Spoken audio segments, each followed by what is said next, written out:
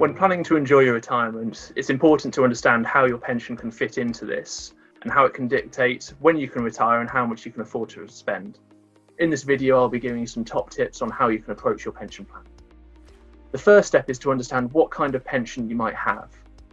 Older pensions might offer a promise of income from a certain age with some flexibility on when you might be able to retire.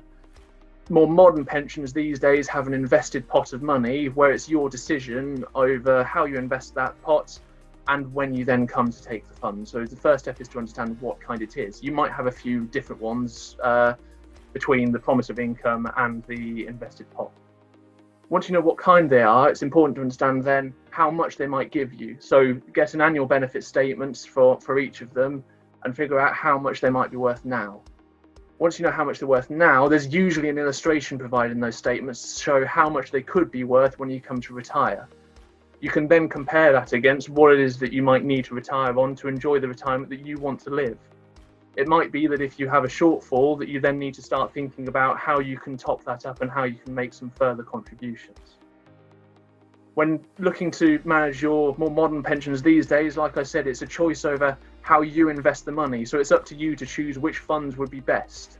In the early years, you might want to take more risk, but as you approach retirement, you might want to take less risk. And as well, in the early years, a lot of people don't pay into pensions as much, but the earlier you start, the easier it is. So do think about it from the get-go. When looking to pay into pensions, those with high incomes have had reduced allowances in previous years.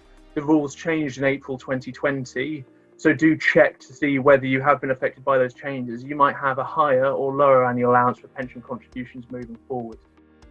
And finally, when you're coming to retirement yourself, you need to think about how you're going to draw from each of these pensions.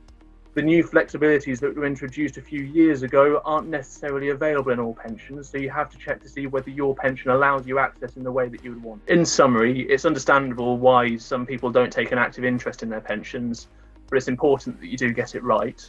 If you would like some help, then please do get in touch for a free consultation.